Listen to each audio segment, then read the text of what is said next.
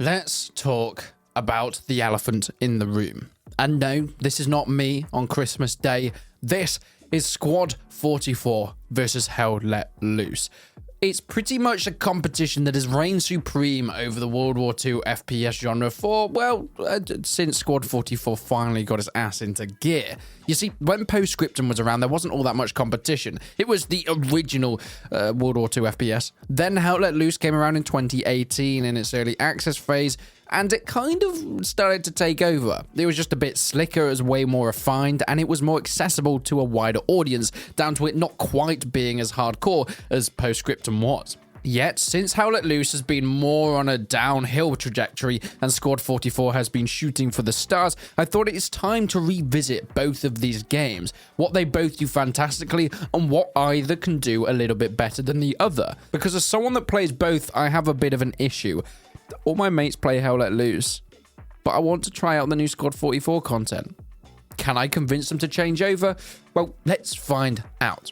Hell Let Loose definitely focuses more on large-scale, intense World War II battles, with combined warfare, including infantry, tanks, and artillery across these huge sprawling maps. It has a very large number of maps since it's been in active development for a long time, and of course, has a big focus on tactical positioning. However, these are things that Squad 44, previously named Postscriptum, also has. The difference, the pace of the game. Hell Let Loose is a much faster paced title compared to Squad 44, which has a focus on slower, more methodical experiences, often described as the more hardcore military simulator, mostly down to the fact that it is being published by the same guys and now developed by the same guys as Squad. This was one of the most hardcore modern day shooters of the last 10 years. The emphasis in Squad 44 is definitely still on teamwork, much like in Hell Let Loose, but I would say even more so, down to the fact that each life feels like it's worth a little bit more.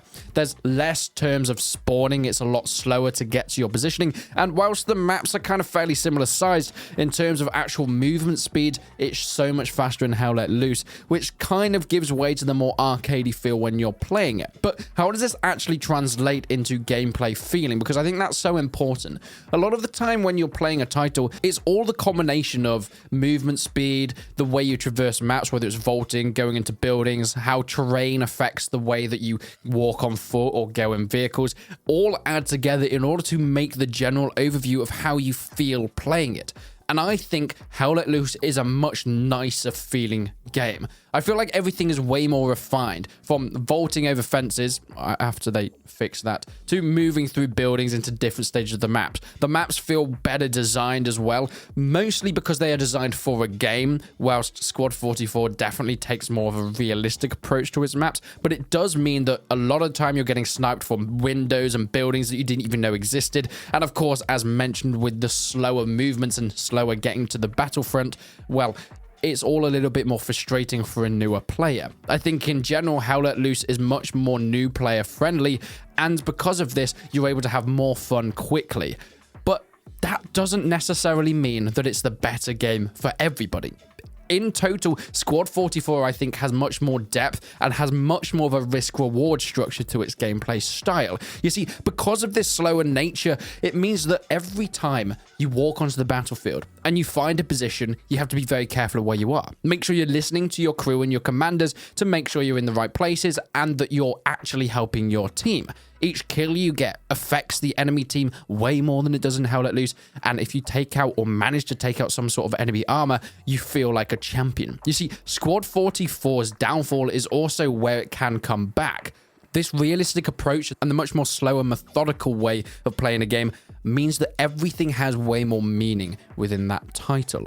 Yeah, sure, it can be more frustrating and harder to enjoy as a newer player, but when you do get those moments that feel like a diamond in the rough, my God, is it rewarding in Squad 44. And a lot of this is down to, well, a few main factors. As I've mentioned, the traversal and the movement is something that is definitely in there, but also combat and weaponry. In Hell Let Loose, combat is, once again, a little bit more of a mix of semi-automatic and automatic rifles, making it more accessible to new players. Of course, you do have some sort of bolt action with the Springfield rifles and the snipers, but everything down from your Lee Enfields to your M1 Garands, of course, does feel like you have to be more careful with your shots, but at the end of the day, playing with something like an MP40, an assault rifle, even like a Papa Shaft, that kind of thing, is a lot more based on the automatic and semi-automatic rifles, meaning it's a little bit quicker. Now, time to kill in Hell Let Loose is still pretty quick, but it is nowhere near as it is in Squad 44.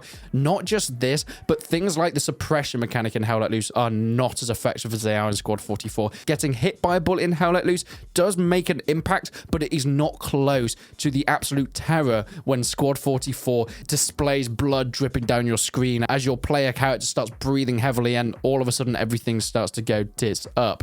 I think that game is absolutely terrifying when it comes to getting shot, and a lot of this is down to the atmosphere. Hell Let Loose is a lot more refined in terms of its atmosphere. It has tighter sounds, it is graphically a little bit nicer as well, and of course the design of the maps as mentioned. Bombing runs look absolutely fantastic and artillery strikes are as terrifying as ever. However, while Squad 44 is a bit rough around the edges, the boom is so much bigger when an artillery shell hits nearby. When a tank shell flies overhead, it whistles and crackles as it moves through the trees. Getting shot by a bullet or pinging off the woodwork next to you feels like you're actually flinching from everything. It's so much more visceral. And maybe actually that's down to a less polished title. I think it actually works for the kind of game that they're going for. Since Squad 44 has gone back into development, it's had a few extra things in terms of content. We've had plenty of new vehicles and weapons being added in, and it is now moving towards Hell Let Loose in terms of content. Maps are nowhere near at the same size in terms of number in the game of Squad 44. However, the maps do tend to feel a little bit more expansive, down to this slower pace and reliance on logistics. Hell Let Loose maps feel way more densely packed, and because I think just better designed, much more fun and easy to jump into. In terms of actually talking to players and the community, this is where it gets interesting. Because I personally have rarely had issues within the game like Hell Let Loose of finding games that have people talking and communicating throughout the ranks. Having commanders, having the captains as they go down through different ranks, having armor and snipers, all seem to work together quite well. I do tend to play on clan servers rather than just the general Hell Let Loose public servers, and maybe this kind of skews my results a little bit. But when I jump into Squad 44, at least for me, it feels more hit and miss. There are a lot of people that do like to work with each other, but because of the history of, well, it being a little bit less refined, the voice over IP has always been a little bit buggy within Squad 44. And of course, connection to servers is still a little bit wavery. I think it's more reliable in a game like Hell Let Loose, despite its more arcadey nature. Now, this is a point that I think is going to get a lot of contention. I can already see the replies, people saying, you've got it completely wrong here. I actually have different results. Well, as someone that primarily at this point in time plays Hell Let Loose, I still think that I'm able to get a much better game in terms of finding people that want to play the game properly, communicate, and of course, get into the title a little bit faster. And this is reflected within the player base. Hell Let Loose has a much larger, more consistent player base as of today. Hell Let Loose averages around 5,000 to 8,000 current players, peaking at around 10,000 players at some times within the month, while Squad 44 is still only on its about 400-500 current players in a 24-hour peak. Now, a lot of this is down to the fact that people are still coming back into the game. It's only just picked back up development since it was pretty much abandoned, and people still haven't found out about it. Yet, I do feel like if you want to get a better experience, at least this point in time, Hell Let Loose is your better bet. If you've never played one of these titles before, I would recommend Hell Let Loose to anybody. There has been a lot of issues around the development team, and I think the future is a little bit wobbly in the game, but if you've got one to pick now, you're definitely going to get a better and a more rounded experience jumping into a game like Hell Let Loose. You'll find players that are willing to help you, you'll find a lot of maps that you can get your hands on, a lot of different guns and weapons, and all the logistics are there, and it gives you that taste of a simulator without throwing you so far in the deep end like Squad 44 tends to do. Do I think Hell Let Loose is a better game than Squad 44? Not really. I think for me it's more fun, but I do see a much more potential in a game like Squad 44. Not just because of the development team, but because of the bones and the guts that it seems to be placed upon. Having the developers of Squad within it mean that I can sense much more love and passion going into this game.